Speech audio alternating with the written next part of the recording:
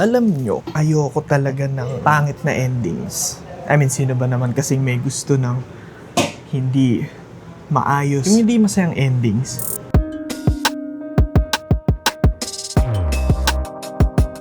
Kasi dapat itong timog na to, dapat masaya to eh. Isang magandang alaala to eh. Pero ngayon parang kalungkutan na rin yung nararamdaman ko, yung mga nami-miss. Kasi syempre tinitreasure ko pa rin yung mga good memories. Yung mga masasayang moments na kasama mo yung taong yun at yung mga natutunan mo rin dun sa taong yun. Yung kasama na dun yung saya, yung lungkot, yung mga experiences yung dalawa, at yung mga natutunan nyo pa, higit pa dun sa isa't isa, yung ganong klaseng memorya. Pero ito, unti-unti na nga rin nagsisink in yung realidad na talagang memorya na lang. Talaga, yung mga pangyayaring yun at hindi na siya siguro uulit-ulit sa realidad na to. Kaya yung sakit ng heartbreak, nagbubutas na talaga ulit siya ng puso. Mga naka-experience ng heartbreak, yung ganong klaseng sakit, di ba? Yung hindi nyo maintindihan na nabubutas na talaga, pero nandyan yung butas sa puso, pero syempre hindi siya physically butas. Pero bukod pa dun, syempre, yung disappointment, yung mga kasinungalingan, overarching na kasinungalingan, hindi ko kasi maintindihan kung sinong taong gustong mabuhay sa kasinungalingan. Sino ba naman yung gigising ka sa umaga tapos yung buhay na kasunod mo pagkatapos mo bumangon dun sa kama mo ay hindi naman totoo. Kaya siguro iniisip ko rin, itong pagsubok na to, itong pangyayari sa akin na to, feel ko para na rin sa kanya to kasi kailangan kong lumaban din. I mean, yun yung feel kong nararamdaman kong ipapagawa rin sa akin ng Diyos. Kasi kung nabubuhay ang isang tao sa kasinungalingan, tapos ikaw alam mo yung katotohanan, hindi mo ba siya dapat hatakin doon sa kasinungalingan na yun? Kaya ito yung laban na yun. Kung baga siguro, para na rin sa kapayapaan ng lahat ng taong involved.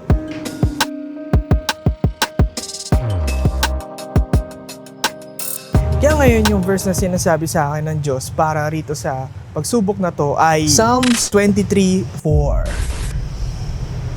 Even though I walk in the shadow of the valley of death, I will fear no evil. For you are with me. Your rod and your staff, they comfort me. Ano yun? Ganon ko siya na-imagine.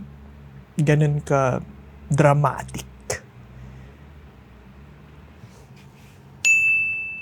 So yun yung utak ko. Anyway, yung context kasi niyan, si David, background lang, isa siya sa mga youngest. At pag youngest ka ng mga panahon na yun, wala kang status. Kumbaga, wala kang titulo, hindi ka masyadong binibigyan ng wait lang, may term dun. Least importance. Yun lang yung term niya, no? Basta hindi siya mahalagang tao. Pero kung alam nyo nga yung storya ni David, syempre siya rin naman yung pumaslang kay Goliath. Tapos, nagselos na sa kanya si King Saul. Tapos, pinipersecute na siya ni King Saul. Tapos, tago siya. Hindi natin alam kung kailan niya sinulat yung Psalms. Pero yung Psalms kasi na yan, kumbaga, yan din yung reflection niya rin na poprotektahan at mamahalin tayo ni Lord. Kaya, laban lang.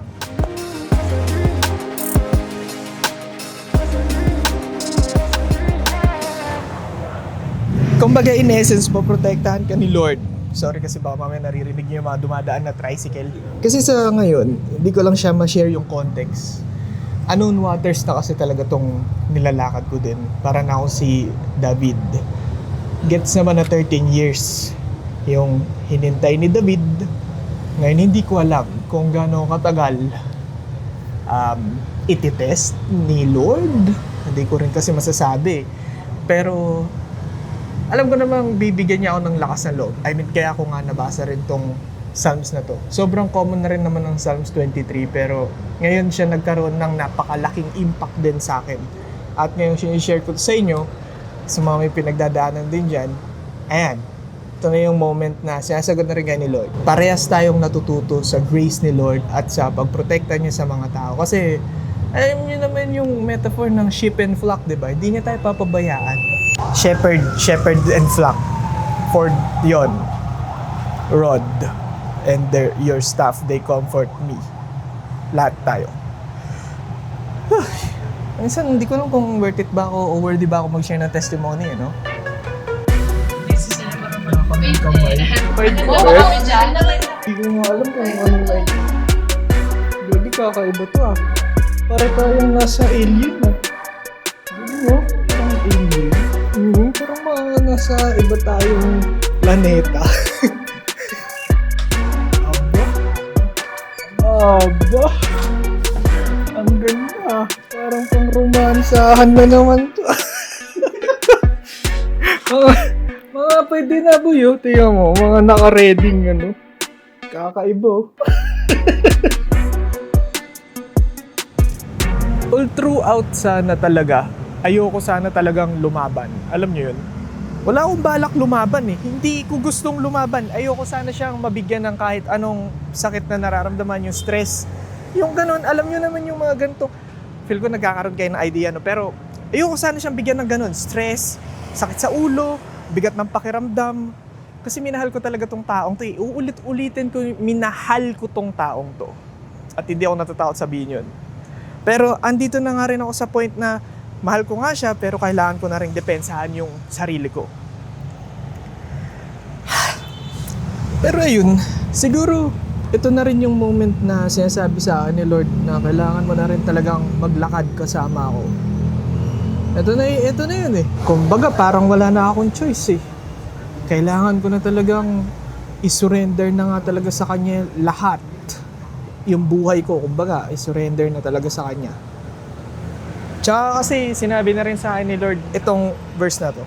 Kumbaga ito yung confirmation. Sa James 1 verse 12, "Blessed is the man who remains steadfast under trial. For when he has stood the test, he will receive the crown of life which God has promised to those who love Him." Tagal na kasi nga, dapat to. Inulit-ulit ko na yan, dapat. March. Pero, sabi ko nga, failed attempts, tsaka natatalo ako sa pagiging makamundo, tsaka duwag. I mean, yun lang kasi talaga yun eh. Siyempre nakakatakot din kasi talagang isurrender yung buhay mo sa Diyos. Lalo na nga ako na strategic talaga ako mag-isip. Kumbaga, alam nyo naman, pag engineer yung utak, laging may analytical, kailangan i-worry yung future. Pero dapat nga pag sinurrender mo, hindi mo na kailangan isipin yun. Dapat maging firm ka na sa faith mo. Na si Lord na yung magdidikta ng buhay mo at yung will na niya yung susundan mo, yung lalakarin mo. Tsaka yun nga, pagka na under trial ka naman, pinapromise ka naman din ni Lord ng crown of life. Na kung saan, yun yung magiging greatest reward mo rin kung sakali dito sa lupa.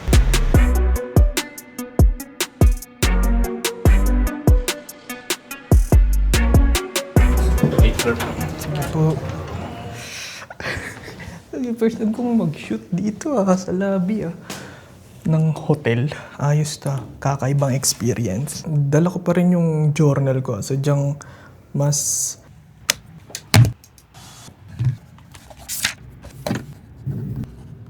Siyempre, yung journal kasi masyado siyang personal. Eto, ginagawa ko siyang general. Pero at least may idea pa rin naman kaysa kung ano yung nangyayari at yung pinagdadaanan. Feel ko nga, nagagrasp nyo na yung idea eh. Sana. Ano naman itong buhok na ito? Gulo. Pero yun, ang huli kong point. Siyempre, pakiramdam ko pa rin talaga na ako yung maglalabas ng taong yun sa kadiliman na to. Ngayon ko, feel ko lang. And kung hindi naman ipagawa ni Lord, edi hindi. Ang akin lang, gusto ko lang din na siguro kahit papano, kung magkaroon pa ulit ng tsansa, tatry ko ulit. Pumasok sa puso niya. Kasi diba at least, minahal ko naman yung tao. Aminado naman ako dun. At ayoko naman pabayaan siya dun sa kadiliman na yun. Kumbaga kahit papano, helping hand. Yun naman yung point ng Christians, diba? Magpatawad ng magpatawad. Kahit gaano kahirap. Kasi sigurado naman ako eh. I'm praying sa lakas ng Diyos ko. Napanalo na ako dito.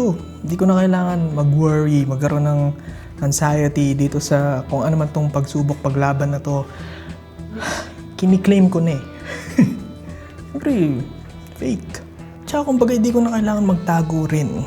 Ayoko na sa kadiliman. Napasok ako sa kadiliman dahil sa kanya. Pero syempre, choice ko pa rin naman yun. Pero gets nyo naman yung point. Ayoko na ng kadiliman. Gusto ko nang lumabas ulit sa liwanag. 2021, simula nung nakilala ko si Lord at all throughout siguro nun naging on and off ako. May mga points na talagang sinusurrender ko pero hindi ko pa kasi alam yung surrender ng mga panahon na yun. At ngayon, yung grasp ng pag-surrender, eto na talaga yun. Kaya mahirap din siya talaga, as in, mahirap. Unless, hindi ko kasi siya ma-explain unless pinagdadaanan mo siya ngayon. Pero, feel ko naman kasi adjusting period to kaya mahirap. Kumbaga, binabago ko yung nakaraan kong ways para dito sa unknown waters na nilalakad ko tungkol sa path ni Lord. Tsaka yun nga, path ni Lord kasi to.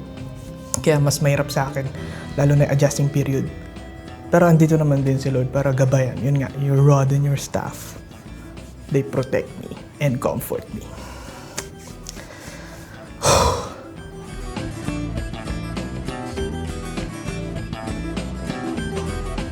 Tsaka syempre deep inside talaga pag naglalakad ka na dito sa unknown waters, ito na yung paglalakad mo sa liwanag. At ito na rin kasi yung paglalakad mo sa katotohanan. Dahil sabi nga rin sa John 14:6, Jesus said to him, I am the way and the truth and the life. Kinakalimutan mo na yung huli mong o yung past life mo para sumama dito sa life ng katotohanan. At ito kasi yung mahirap na part sa mga magsisimulang isurrender yung sarili nila kay Lord. Ito yun. No one comes to the Father except through me. O, diba? Diba? Love tayo ni Lord. Yun. I mean, in essence, siguro sa mga susunod na episode. Pero ang point ko lang talaga dito, kaya kung lalabanan mo yung mga tao o kung ano man yung mga sitwasyon sa buhay mo, dapat nasa iyo rin yung katotohanan. Kilala mo ang Diyos mo, kilala mo si Jesus Christ para masabi mo yung mga kung siya ikaw, yun yung sasabihin mo. Para in essence, wala ka ng kakatakutan. Kasi madaming kalaban dito sa lupa. As in, napakadaming kalaban. Yung iba nakakatakot, yung iba hindi mo maintindihan kung paano mo susugpuin. Pero andito ka na nga sa mundo ni Jesus Christ na kung saan lahat ng milagro nangyayari araw-araw. At wag kang mag-iisip na hindi yun kayang ibigay sa'yo ng Diyos mo. Ni Lord, sorry. Kailangan ko pa rin maghintay. Pero yun yung pinaka-point.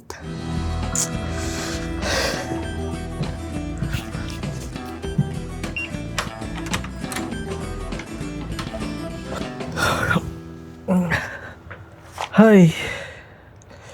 Ang bigat. Sa totoo lang, ang bigat. Pero ang pinaka sinasabi lang din sa akin ni Lord na ibabahagi ko sa inyo ay itong John 8:31-32 na, so Jesus said to the Jews who had believed him, if you abide in my word, you are truly my disciples, and you will know the truth, and the truth will set you free. Alam niyo ba nung una ko yan narinig, sabi ko, wait, galing pala sa Bible yun, yung the truth will set you free. Galing talaga magsulat na ito ni Lord. I mean, si John yung kwento nito, testimonies niya tong John, pero ang galing. I mean, astig, ginagamit siya talaga sa mga modern day applications natin, di ba? Pero, di ba, galing. Pero yun, lapit ka lang talaga lagi sa katotohanan. Kasi ang katotohanan ang magsasalba sa'yo dito sa lupa. I mean, bakit ba kasi kailangan mabuhay sa kasinungalingan, sa kadiliman? Lumabas ka na! Lumabas ka na. I mean, tingnan mo ngayon. Malaya na ako. At ang saya. Ay.